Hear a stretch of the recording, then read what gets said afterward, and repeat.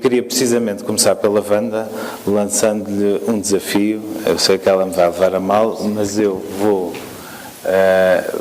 ignorar as perguntas que tinha aqui previamente estabelecidas, já lá vamos, e queria fazer uma pequena provocação à Wanda. Nós passámos esta semana todos uns apreensivos, outros com mais confiança, a propósito de um evento internacional que existiu, que foi de facto uma segunda derrota para a Sra. Clinton e a não eleição da primeira mulher presidente dos Estados Unidos da América.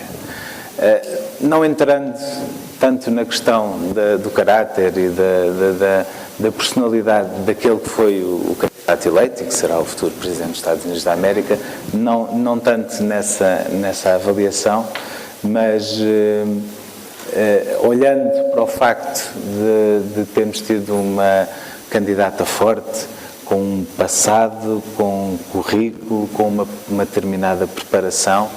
A pergunta que eu gostava de ouvir a Wanda é a seguinte: se limparmos todos os argumentos que a comunicação social, os comentadores utilizam, se limparmos tudo aquilo que é mais superficial, foi o facto de ser mulher que retirou a vitória à Sra. Clinton?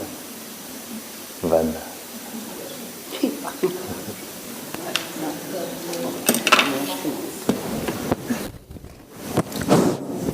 Então, muito bom dia a todas e a todos, e eu saúdo em primeiro lugar o nosso moderador e as minhas companheiras de debate, e queria, obviamente, aliás, é da praxe fazer um agradecimento pelo convite, mas o meu não é da praxe.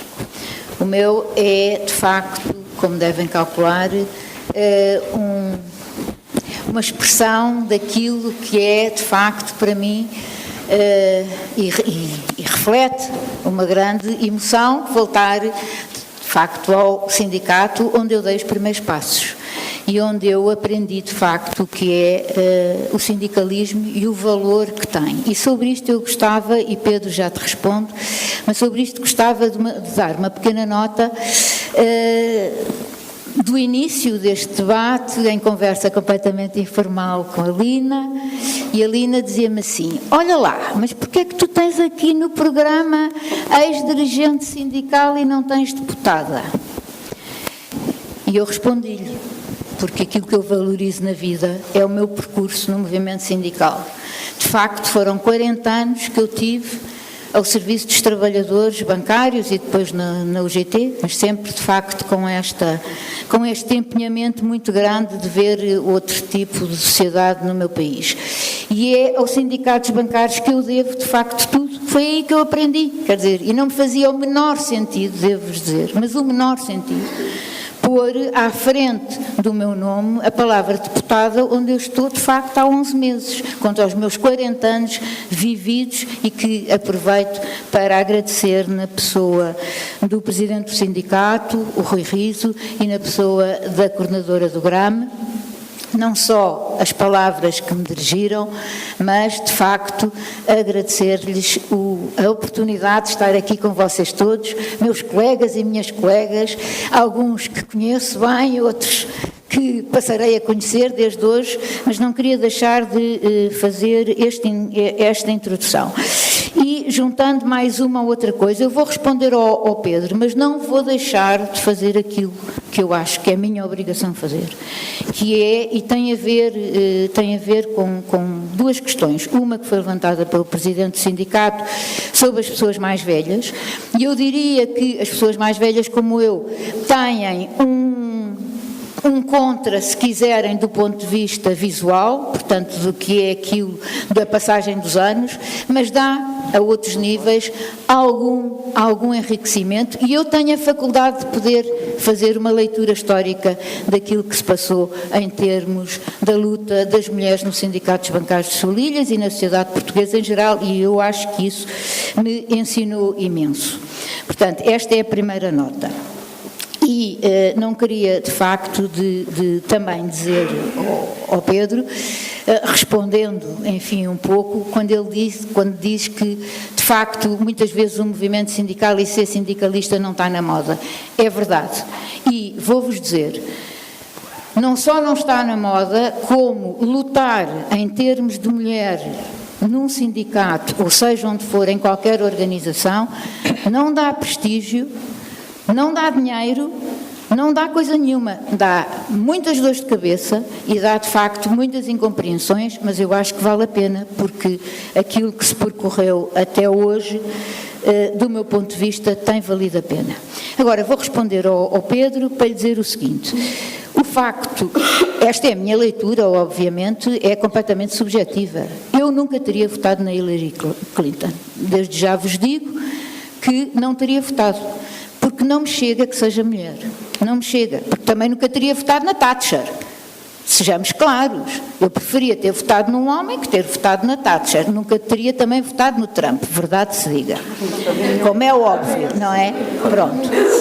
Mas eu considero que a derrota da Hillary Clinton, que aliás é uma mulher muito bem preparada, muito inteligente, ninguém lhe tira o mérito. Agora, de facto, do meu ponto de vista, a sua derrota deve-se a uma derrota do sistema. Deve-se a que a Hillary era, e pelos vistos foi assim, e a democracia é assim, não é? A democracia faz de escolhas, e a verdade é que os americanos olham para ela e veem uma mulher de uma dinastia poderosa, de uma elite que não tem nenhuma, digamos, comparação, nem pontos de contacto com aquele que é o americano médio, aquele que sai de casa como nós, de manhã, para o trabalho, que tem os problemas, que tem os filhos, só tem seguros de saúde, custa uma fortuna, apesar do Obamacare, mas de qualquer maneira, verdadeiramente eu entendo, Pedro, que a derrota da Hillary foi uma derrota contra o sistema. Isto tem que nos fazer pensar um bocado, porque, por outro lado, dá origem... Obrigada. Por outro lado, dá origem a uma questão que é uma questão muito séria, e é se as pessoas se estão a refugiar em candidatos, em democracia que são contra o sistema, como é que ficam os partidos políticos, que são a base da democracia. E, portanto, eu acho que este é um problema sério, que não vamos aqui com certeza ter a profundidade para debater, mas desde já achava simpático, se quiserem, e aliciante que o Sindicato dos Bancários, nos inúmeras iniciativas que faz, que pudéssemos debater também, porque também tem a ver, obviamente, com o movimento sindical, que é como é que hoje em dia se podem preservar os valores da democracia numa sociedade que, de facto, é uma sociedade supersónica e em que muito se tem perdido e se tem deixado para trás. Pronto. Agora, posto isto, Pedro, eu tenho muita pena, mas tenho aqui... O Sr. Presidente pediu para eu ter bom senso, mas não é propriamente uma característica minha. E, portanto, eu gostava, depois falarei sobre as lideranças, mas gostava de vos deixar alguns números, porque eu acho que também falar de cor, uma vez que o nome do nosso painel tem a ver também com as lideranças públicas e com as lideranças sindicais, obviamente as minhas são as sindicais, eu gostava de vos deixar um retrato do que é, digamos, a pessoa que trabalha hoje em dia, para não dizer o género, mas a pessoa que trabalha hoje em dia no banco corresponde a quê? Alguém sabe? Então eu digo-vos. Corresponde a um homem branco, entre os 30 e os 45 anos, com habilitações literárias correspondentes ao ensino superior e chefe. Pronto, e nós estamos a falar de lideranças. É este o retrato. E então agora vamos ver um bocadinho o que é que se passou nos sindicatos bancários. Também, num contexto que é o vosso, um contexto de trabalho. Em 1982, falando da banca em geral, ou seja, há 34 anos, havia 34% de homens na banca e 26% de mulheres. Em 2012, este número já está muito próximo. Já temos 46, quase 47% de mulheres, mas só temos 34% de sócias.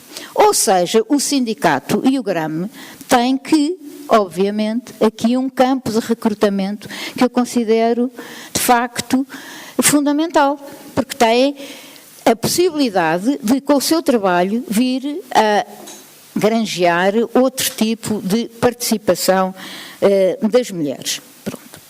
Isto são números da Associação Portuguesa de Bancos e, portanto, e o que tem havido também, é preciso que se diga, é que a banca tem perdido mais homens que mulheres, ou seja, em 3 anos, só para vos dar nestes últimos 3 anos, são os dados da Associação Portuguesa de Bancos que existiam, de 2007 a 2010, não é? A percentagem de mulheres cresceu 1,7% ao ano.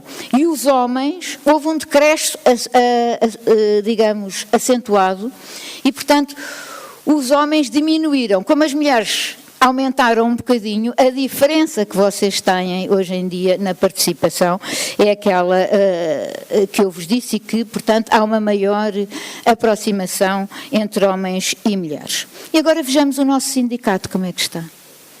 Então, no primeiro congresso do sindicato, onde eu tive o prazer de estar, em 79, em 79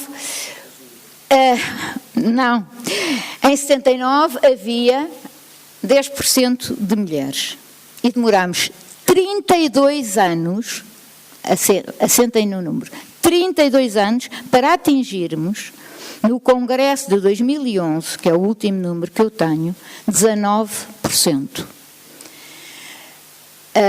Isto são números que têm que nos fazer pensar, porque as lideranças depois têm a ver com isto, eu já lá ia. Depois passo ao Pedro, claro, senão ele ralha comigo, mas depois falarei sobre isso e sobre a importância que têm estes números depois, de facto, na nossa capacidade de liderança. Na direção do sindicato, de 77 a 78, 79 a 82, não havia mulheres. De 82 a 88, uma mulher, que era eu.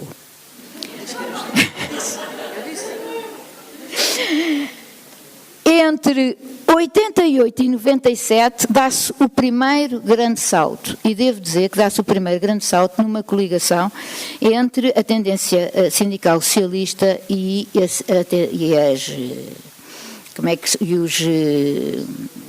as tendência unitária, exatamente. Tinha posto aqui TU, mas já estão tão longe que já me tinha esquecido.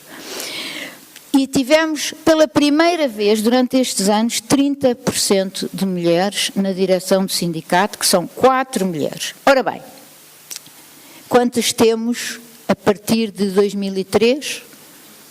Temos 23% de mulheres, ou seja, decrescemos na nossa participação. Também é verdade, e eu tenho que o dizer aqui, também é verdade que a direção como já foi, com outras tendências, é fruto de uma coligação e que as duas tendências que compõem a coligação têm obrigações de trazer mulheres para a direção. E aqui a tendência socialista, desculpem lá puxar dos galões, colabora e tem colaborado e tem contribuído com mais mulheres para a direção. E, portanto, deixo aqui este apelo, porque acho que é fundamental, eu acho que é uma vergonha, para ser franca, que o maior sindicato português tenha na sua direção 23% de mulheres. 23% de mulheres. Ou seja, onde está, falava o Presidente nas cotas. Quais cotas? Quais cotas para os homens? 33%. Quando derem os 33% às mulheres, a gente falará de cotas. Mas pronto, muito obrigada. Muito obrigado a Pedro e...